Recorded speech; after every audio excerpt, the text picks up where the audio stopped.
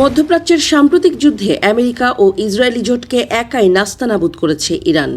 America ও ইসরায়েলের আধুনিক বিমান হামলার সামনে মাথা নোয়ায়নি দেশটি। উল্টো মধ্যপ্রাচ্যে থাকা মার্কিন ঘাঁটিগুলোতে ড্রোন ও মিসাইল হামলা চালিয়ে ধ্বংসস্তূপে পরিণত করেছে ইরানি বাহিনী।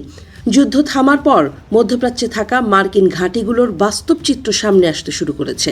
সাম্প্রতিক একাধিক প্রতিবেদনে বলা হচ্ছে, ইরানের হামলায় যুক্তরাষ্ট্রের সামরিক স্থাপনাগুলো আগের ধারণার চেয়ে অনেক বেশি ক্ষতিগ্রস্ত হয়েছে।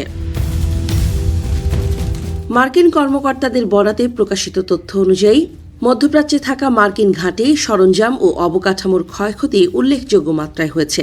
তবে এই ক্ষতির পূর্ণাঙ্গ চিত্র এখনও প্রকাশ করা হয়নি। ধারণা করা হচ্ছে, মার্কিন ক্ষতিগ্রস্ত স্থাপনাগুলো পুনর্গঠনে কয়েক বিলিয়ন ডলার পর্যন্ত ব্যয় হতে পারে। ইরানের হামলায় অন্তত 7টি দেশে থাকা গুরুত্বপূর্ণ সামরিক স্থাপনা লক্ষ্যবস্তুতে পরিণত হয়েছে। এসব স্থাপনার মধ্যে ছিল অস্ত্রের গুদামঘর, অপারেশন পরিচালনা কেন্দ্র, বিমান হ্যাঙ্গার ও স্যাটেলাইট যোগাযোগ ব্যবস্থা। পাশাপাশি রানওয়ে, রাডার সিস্টেম ও কিছু সামরিক বিমানও ক্ষতিগ্রস্ত হয়েছে। এসব মধ্যপ্রাচ্যে যুক্তরাষ্ট্রের সামরিক চলাচল ও নজরদারিতে প্রভাব ফেলতে পারে। একটি ঘটনায় দেখা গেছে, ইরানের একটি পুরনো F-5 যুদ্ধবিমানও শক্তিশালী মার্কিন প্রতিরক্ষা ব্যবস্থা ভেদ করে হামলা চালাতে সক্ষম হয়েছে। আর বিষয়টি মার্কিন বাহিনীর প্রতিরক্ষা সক্ষমতা নিয়ে নতুন করে প্রশ্ন তুলেছে। এদিকে ইরানের হামলায় এখনও ক্ষয়ক্ষতির বিস্তারিত প্রকাশ করেনি মার্কিন প্রতিরক্ষা দফতর পেন্টাগন।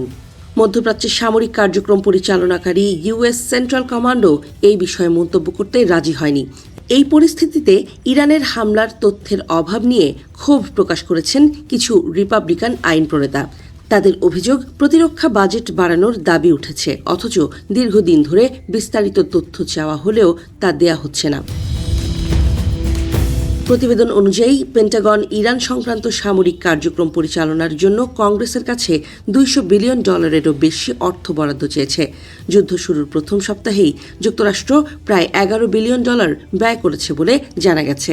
ইরান যুদ্ধ শুরুর আগেই $1.5 ট্রিলিয়ন প্রতিরক্ষা বাজেট প্রস্তাব করেছিলেন ডোনাল্ড ট্রাম্প, যা আগের বছরের তুলনায় 50%-এরও বেশি বৃদ্ধি।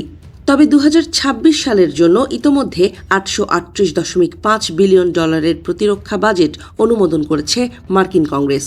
এরপরেও ইরানের হামলায় যুক্তরাষ্ট্রের সামরিক সক্ষমতা ও ব্যয় নিয়ে নতুন করে বিতর্কের সৃষ্টি হয়েছে।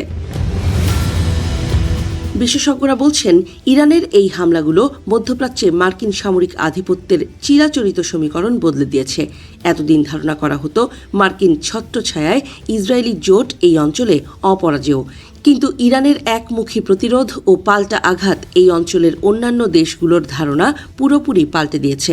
এর ফলে মধ্যপ্রাচ্যের দেশগুলো ভবিষ্যতে তাদের নিরাপত্তা নীতির ক্ষেত্রে ওয়াশিংটনের ওপর একক নির্ভরতা কমিয়ে বিকল্প শক্তির দিকে ঝুঁকতে পারে বলে মনে করছেন তারা।